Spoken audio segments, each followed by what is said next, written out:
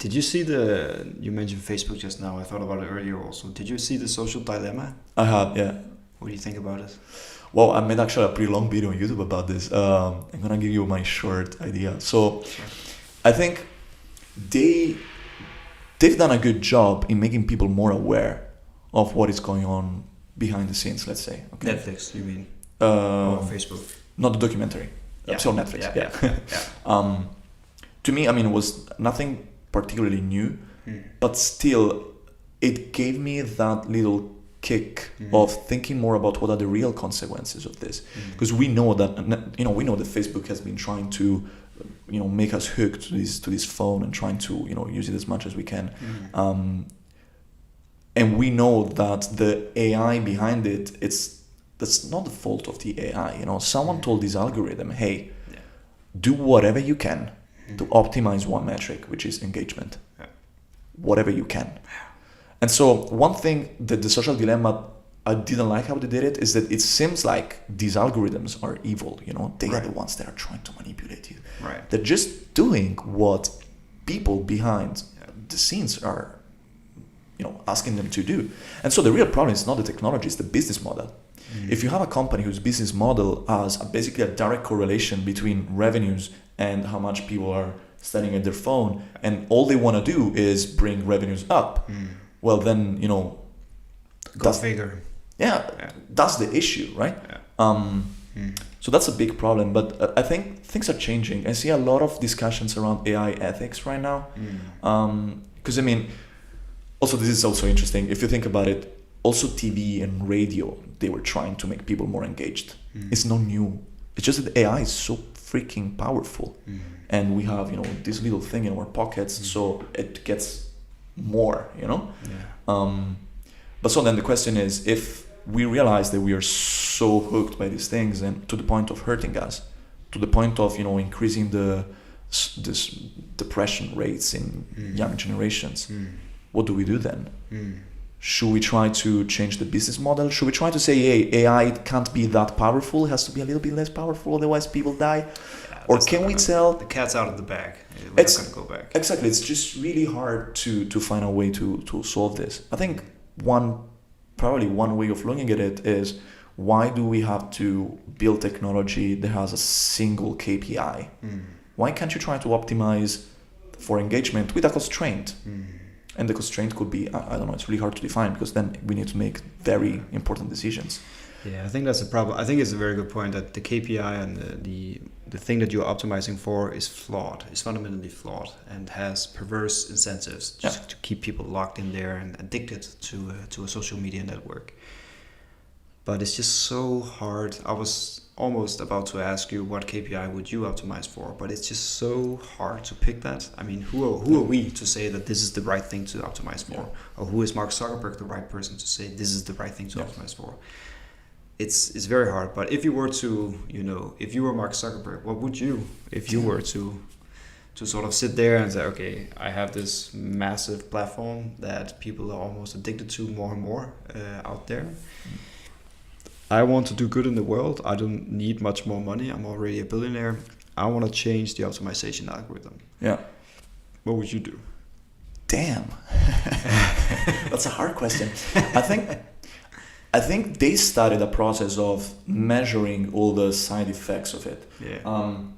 Once I was at a conference and one guy said that we first invented ships to sail around the sea, and then we invented life vests, because we were like, damn, like there's a side effect of ships that you fall and then you die. Nice. And I think we're doing the same thing with this technology.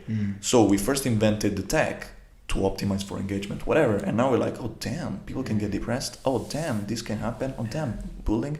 Yeah.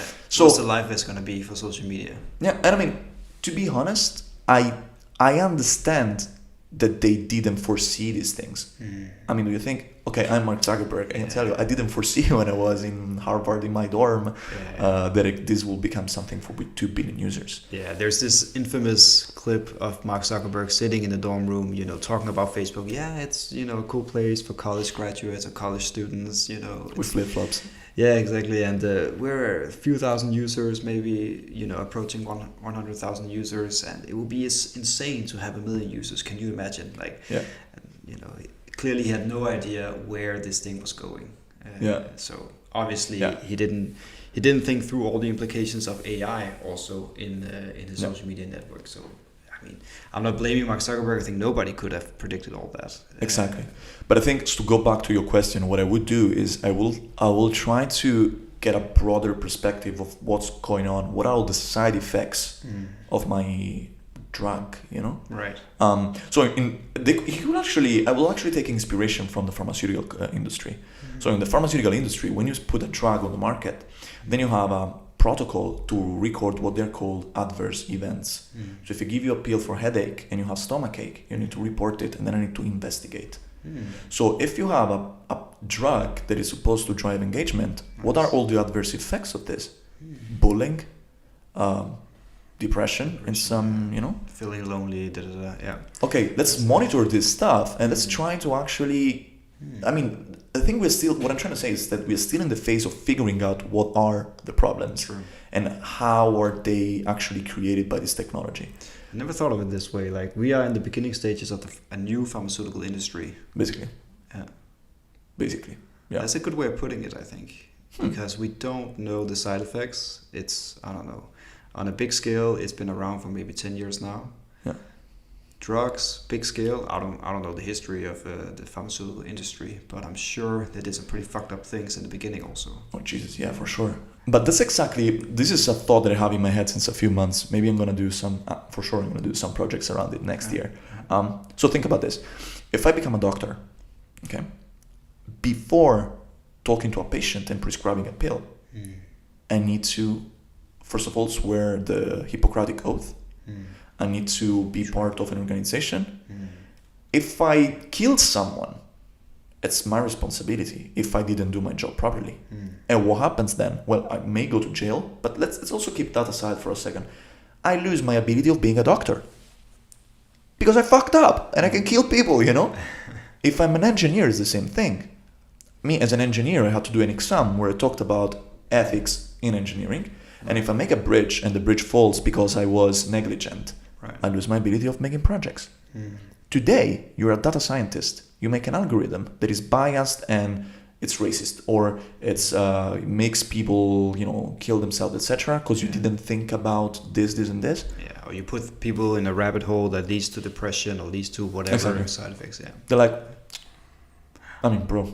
Yeah. Sorry. You know? Who's responsible? Like who? No one. I mean, people are still giving the responsibility to the data. There was this big study from Nature, the research journal. Right. They figured out that there's an algorithm in the US that if you bring a patient in a hospital that says, hey, I have these symptoms, I'm 1.82 m, this is my weight, etc. The algorithm says if you need to do more tests or not. And this algorithm was racist. So if you were black, it would probably send you home. If you were white, it will give you more tests. Right. So, and where does that come from? Does that come from the data? Like it comes from the data. What people have done in the past? Yeah, exactly. I mean, the problem is they used, without getting too technical, but when I read how the algorithm was done, I was like, of course this is biased. You're trying to make an algorithm learn from data collected by a society that is discriminating towards minorities, right? How do you think the algorithm is going to behave? Right? And so in this case, when I read about it, I was like, this is obvious. Like this guy or girl or team that built this algorithm didn't do any check on the sanity of this algorithm. What are they doing now? Are they working at Facebook? Yeah. No one told them anything, because there's no responsibility. But people died because of that. 100%. I'm sure that there's someone who needed to do some medical test and didn't get test prescribed and died. It's a difficult discussion, right? Because while I totally buy into the argument that the social media world needs to operate a little more like the pharmaceutical industry, there used to be checks and balances, etc., I'm thinking more in the terms of social media and tech in general is moving more towards being similar to the financial industry, where too big to fail. There's nobody went to jail after 2008 and 2009 financial crisis, even though the effects and the consequences for people all over the world were, horrific.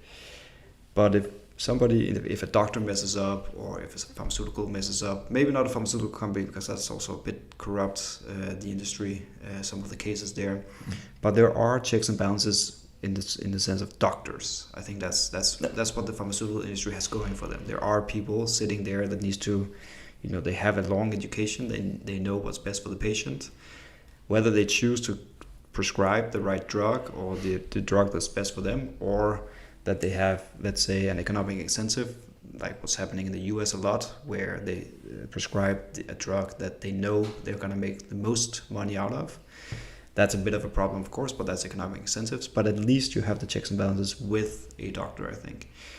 But I will find it hard to have a similar setup for checks and balances in technology, for example, like in finance, right? Yeah. Maybe you have a few people being fired, some engineers getting fired, some financial analysts being fired, but that's basically it. They just move on to the next thing then. Yeah, but it's not easy. But it's necessary, I think.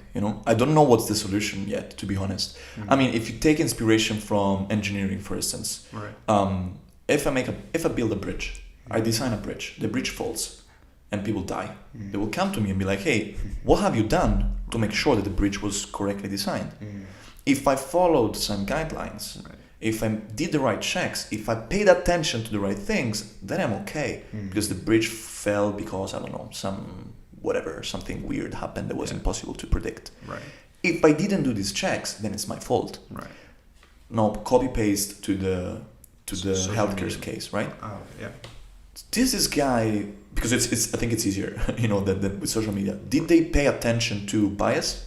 Yes. Was it bias anyway? Did they do their best effort to make sure that didn't happen? Right. Then it's fine. Right. If you didn't even care, you have to. I'm sorry about it.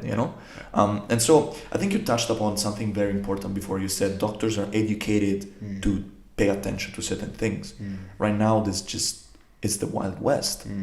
Because you just in social media, in AI in general, right. In the financial industry, the only KPI that people have is how much money you're gonna make in the end of the year. Right? Similar to Facebook. Yeah. Same thing. Yeah, I think it's a great actually, parallelism between financial industry and social media.